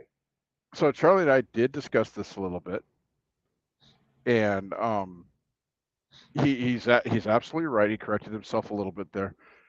When they do that, the worst they could say when you do the whole negotiating thing, worst they could say is like, dude, I got nothing to give you. There's no money in this load. The best thing they could say is, yeah, man, I've got an extra like $100 I could throw in there. Right. You don't know until you ask. And in this situation, would I have said, nah, I just can't do it for that? Probably not. I still would have done it. But always ask. Yeah, I definitely missed an opportunity to make a couple extra bucks on it. There's a lesson in there for us. But honestly, at that point, I was already looking at sitting there until Monday, and I was like, oh, that'd actually be nice just to do something on Sunday. You know what I mean? Because we're just gonna be bored as hell. I mean, seriously, I was just bored, and whatever. So, Kenneth, any more owner operators having different truck numbers and company? We think that there's a discussion that we can have about that, but we have not had it yet. Yeah, we just haven't had the opportunity to actually sit down and have a And, you know, real so solid conversation yet. you know, there's a lot of busy people involved in that discussion. Right. So just got nailed down in time to have it. And John C. says, I asked for a load going west northwest. Planner messaged me back saying, we usually don't have loads going south or east out of here. I called her. She admitted she didn't read my MAC 10 closely. Frustrating. Yeah. But you made the call, John. And Right. this next, it always helps to call a planner directly. Absolutely. Because, you know, they're busy, you know, and we all know what that's like. You could have just been frustrated and gotten on the Facebooks and complained about how terrible the planners are, but you didn't do that. And that's good on you, man. Absolutely. I've noticed that when I call them with similar situations like that, the conversation's never just 2 seconds. You know, you get talking to them and, Right. hey, so how is freight around here really? I'm really trying to get to this place. I mean, what are we looking at here? You know, a professional conversation. And that turns into, well, you know, I can't get you there from here, but if I send you down to Atlanta, I can book you a load going to Phoenix. How's that? Oh, Right. okay. You know, Yep. No, and we agree, Kenneth. I mean, seriously, it would be nice just so that they understand there is a slight difference in, well, okay, there's a huge difference in how a company right. truck and a contractor truck needs to run. We're not asking for special treatment, but we are saying you need to look at our business model from a different view. Yes. Um, and like Craig said, you know, those direct message planners, they help. You know, not with all of them, but with some of them, they absolutely help. You know, and I'm working on building my list again because I'm doing this OTR thing, and I've got a list that we're building into our phone and a book version. And sorry, that it just started raining over here, and Rosie's getting wet. I had to roll up the window. Um, and stop it, just stop, just stop it. You did And that on anyhow, purpose. I know you did, and I know why. right.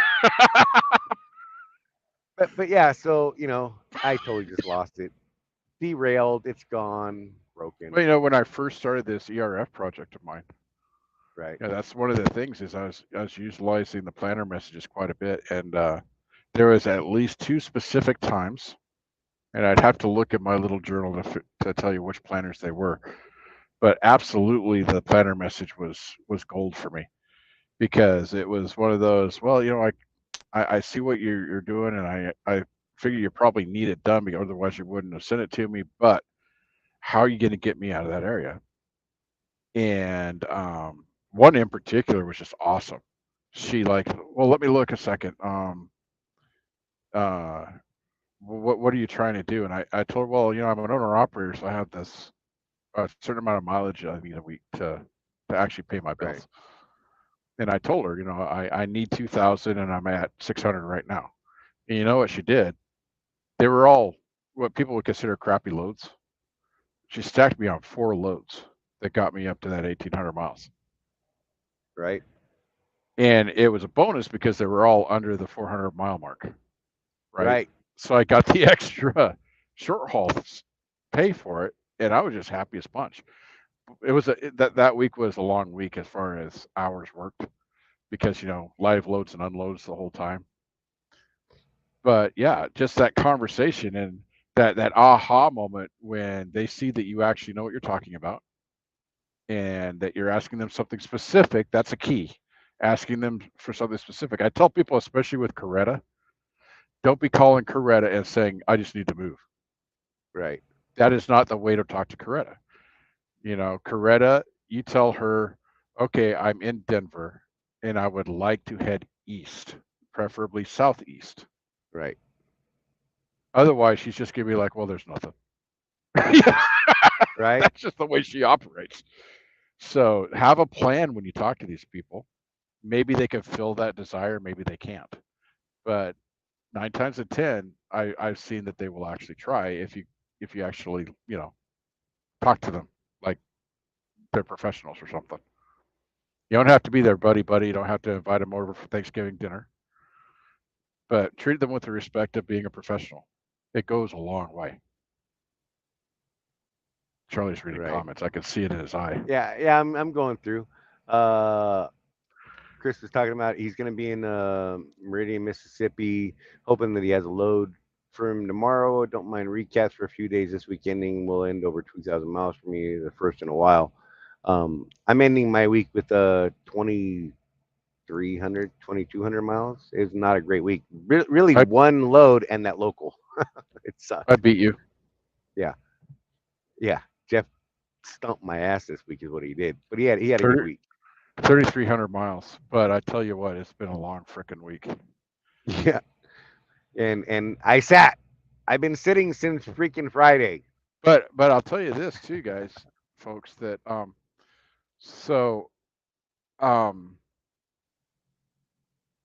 this is the first week that I've had mileage like that in probably a year. Right. So even me, I'm seeing a little bump. That's abnormal for me because I drive slow, and I like my day off every week on Tuesdays preferably, so I could do the show. Right. It just turned out that these loads popped up, and I took them, and here we are. I ended up being able to take a reset in the middle of it during one of the loads, like just barely. I just barely scraped a reset in on Saturday. So I won't run out of hours again until this coming Saturday. So that's the other thing is I'm trying this thing where I'm trying to do my resets a little more strategically than just trying to put my foot down on Tuesdays because I need to make money right now. So John C. loves Coretta. Yeah, she's all right. I always tell people Coretta's a diamond. I always tell people that the danger of Coretta is that once you get her talking, and it comes to the time where Coretta, I need to go because I need to go pick this load up that you just planned on me. You need to say that because she will keep talking. Right. Wimpy says he drives 2,500 miles a week, haven't been home in months. If that's what makes you happy, not being home for months, power to you. I don't like being out that long. I'm not gonna lie. Jeff does long stretches like that, and it bothers me. I'm gonna be out about a month this trip, though. I think is. You're so used to that Target thing that you were on. Yeah, for so long. I was spoiled, like for real, like legit spoiled. I know this. Hey, it is what it is. Yeah. So hey, if you guys got anything, throw it up. We're getting pretty close to our time, so if you got something you want to talk about, you want us to dip into, by all means, let us know now so that we can actually do that. Because we are going to cut this thing at about our 2-hour mark is what we try to do every week. Yeah. Chris said it. Don't forget to hit that like button, y'all. And you know what? Hey, do us actually further than that. Come back on the YouTube and during keep the replay. Discussion. Yeah, during the replay and continue the discussion in the comments. Right? Get more dialogue going so that we can continue it, and it helps us more there, more participation in the comments on the video afterwards, not in the live, and more people will see that stuff, and maybe we can help school more people and get better discussions going on. Maybe it'll spur other shows from ideas that come up from that stuff. So yeah. How has the truck been holding up since the incident? Are you talking about when the tow truck punctured my oil pan? Yeah, just fine. I dropped all the oil out, so I got a free oil change out of it, basically. Got home and swapped all my filters out, ran an oil sample real quick. Things are looking good. One of the things that's crazy though, Charlie, so like, remember, it's about a year ago now. I'd been running the OPS for a while by then, but I had to replace the pickup tubes in my oil pan.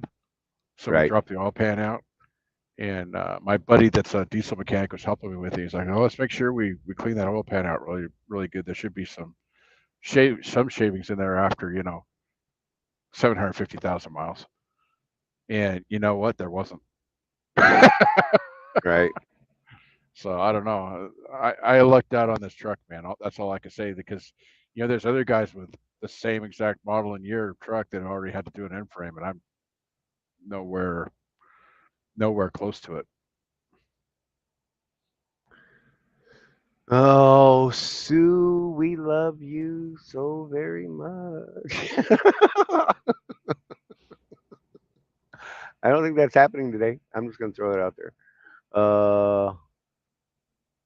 No, but everybody is aware of every member of the board of directors of Contractors Corner Consulting Group LLC is aware of the news that we got today, which we will share with everybody in about 30 days. Right. That's awesome. So another thing to check off the list of announcements, though. So we've been talking about doing an actual subscription service and some serious consulting and helping guys out in that way. We will be launching that platform on. I have to look at my calendar because I forget dates. What date did we figure on? I don't remember off the top of my head. The 30th. Yeah, last Tuesday of the month. Holy crap, that's only 2 weeks away. So yeah, we'll be launching that on the 30th. A couple of things you guys can do to if you're interested in that is go ahead and hit our website, which is under Charley's name right there, contractorscorner.cc, and sign up for our newsletter. We'll be starting to put that out weekly once everything launches, but we'll also be letting you guys know the whens, where's, how much, all that stuff for the subscription service through that, and also through the Facebooks. I thought we were going to do it the week after that, Jeff, because we're Did going to you? have the ladies. Yeah, the ladies are going to have their show the last Tuesday of the month. Sue, you can tell me. You heard about it. Come on. Am I getting my dates mixed up again? I think so.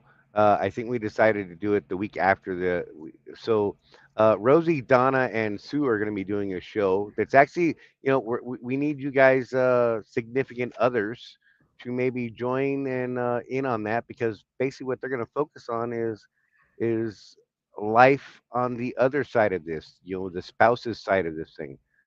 How to prepare Yes. in the event of bad things happening. And nobody wants to talk about it, but bad things do happen, y'all.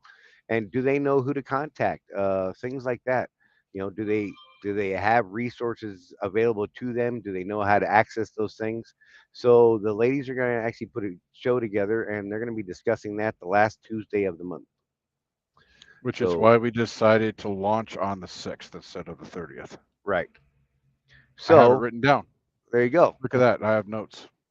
So make a note of that, you guys. Oh, Jason Caps, look at that. Coincidence. That's the I same don't know day if he we launches could his OnlyFans. All right. I'm I not don't know. sure I'll we be could there. compete with that, man. Right. Getting Anyhow. back into all that again, are we? See, Jason's just a troublemaker. But yeah, so we're gonna get out some more information going about that. Yeah, we're yeah, the things we're working on, absolutely. We want to do more of the one-on-one stuff with you guys that want to do that, and this is Right. going to facilitate all of that. So go to the website. The only thing that's there right now, just so you guys know, since Charley and I are not, millennials or zennials or whatever they're calling themselves these days, so we're not exactly gurus with the computers. All it is a website with our name on it, and sign up for our newsletter right now. We are getting help with launching the legitimate full-blown website soon. Before we do have a drop dead date on that to be done before July 21st. So that will be getting updated periodically between now and then. And then the newsletter, we're going to start putting that out weekly as part of our launch of the Mighty Network stuff that we're doing. And that part's, just like any other consulting service, sign up for the newsletter. We'll let you know what's going on. That's not going to cost you anything. and you'll be apprised of all the stuff we're doing on the other side. And if you want to participate on that, in that, we'll have that available for you. So, James, is there going to be someone on that speaks Spanish during that show? We're not necessarily going to broadcast it in Spanish. Rosie does speak Spanish.